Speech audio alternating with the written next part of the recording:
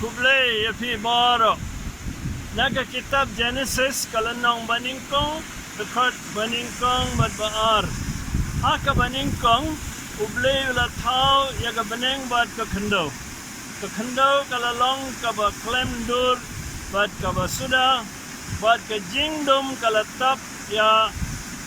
duriau ba. Umansim ublay ula ki halor ki ko himen ko para bayit nado munta hadu lai poi tarik man gasngi yin parsyang banya pusan khliat ban pun kre na banda gasngi buram jong Pentecost jing wan hiat jong man simbo khut but munta sunemro kini gisi ru bidang dong bok namar bidan hayeng but tharai sni buram Pentecost rutang ya letang hayeng hi namar kin nam pli tharai kai mene te ngin sungu yaw blay pada ko juga por suma man kasni haga jindua lang jo pia ga yung sem pan kreker pang ting ka samaro ko we pan pediang ya u man si bokut pat pet mata sni ka balingkong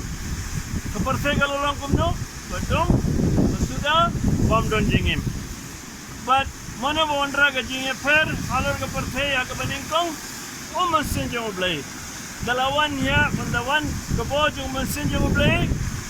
kawan jing syai nomor jingdom kadon kajing ya renti bat kadon ru kajingim te haga jingim jengi kapaman kasmi ngi hapkeli yala de ngilong kibri ki basu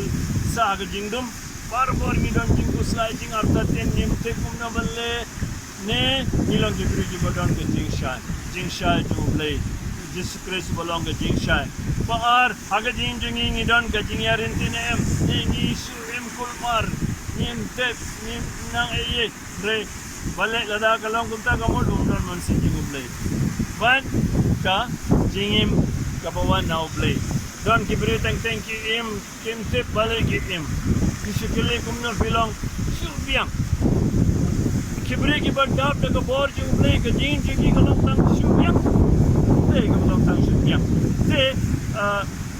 Munta kasi aga yung kasenjong tiya ba pule kaktenjong ublay what kajing hikay kibadan syapang kaktenjong syapang ubansin pagkuit but hamtam pan kre lade na sila try bila kan mo si seng ala batay kikong nagile pan pule ya kaktenjong ublay pan map na ublay pan terang pan padiang ya kajingay jong ubansin pagkuit nangi le kumne kum kayi kasem ublay ba sakar kuda ini te umok dia play na kimam je apostol ka Pentecost paningkang ban ke jingkran jong Petrus hadin ka Pentecost antai bisa sutu ayung ide ban lekum nang ide ban pankre na baca ban pediang ya jingai jong mensim bokut te ai ba ke jing jongi barakin lagi badap taga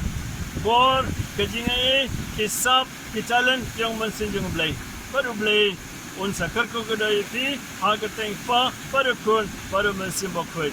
la shairu